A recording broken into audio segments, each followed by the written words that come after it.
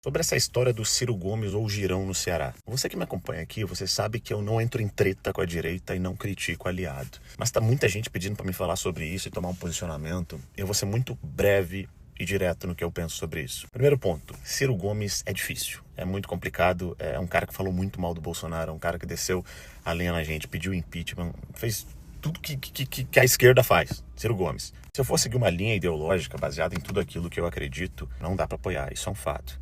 Só que tem um porém. Eu, não somente como político, mas como cristão. Para quem não sabe, eu sou evangélico, sou cristão, meus pais são pastores, meu irmão mais velho é pastor. Eu tenho um entendimento principiológico de que quando você é um líder, quando você está numa posição maior, você nunca, absolutamente nunca, exorta ou deixa exposto ao ridículo os seus liderados em público. Quando você faz parte de um núcleo, de um grupo, e você tem coerência, e vocês estão remando o barco para o mesmo lado, você chama a pessoa no privado, faz uma reunião, define aquilo e depois apresenta para o público as decisões que foram tomadas. Isso não serve somente como princípio, mas também serve como estratégia política. Porque a gente vê que quem está comemorando essa história toda é o Supremo Tribunal Federal, é a esquerda. Por quê? Porque a direita se demonstra cada vez mais desunida e desorganizada quanto às suas estratégias para 2026, seja no Ceará ou seja a nível de Brasil. E a maior prova disso é que tinha um cara que falava: ele vai voltar para a cena do crime, o Lula vai voltar para a cena do crime.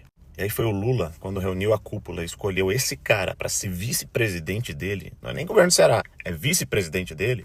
Toda a esquerda ficou quietinha até eles conseguirem chegar na presidência da forma que chegaram, dos absurdos que chegaram. Vocês sabem também por que o Alckmin foi escolhido para ser vice do Lula, já expliquei várias vezes aqui, enfim.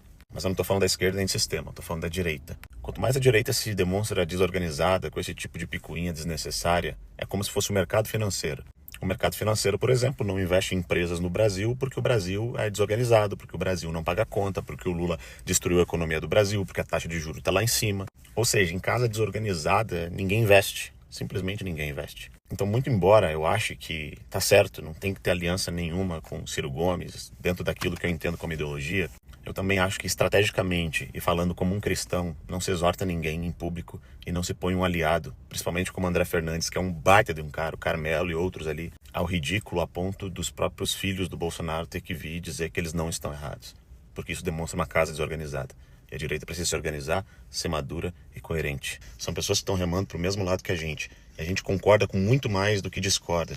Então, se apegar à nossa discordância não vai levar a gente a lugar nenhum. A gente tem que se apegar àquilo que a gente concorda e respeitar as estratégias do local também. Porque muitas vezes a gente precisa conhecer o que está acontecendo no local. Repito, ideologicamente, tem gente que não dá para se aliar.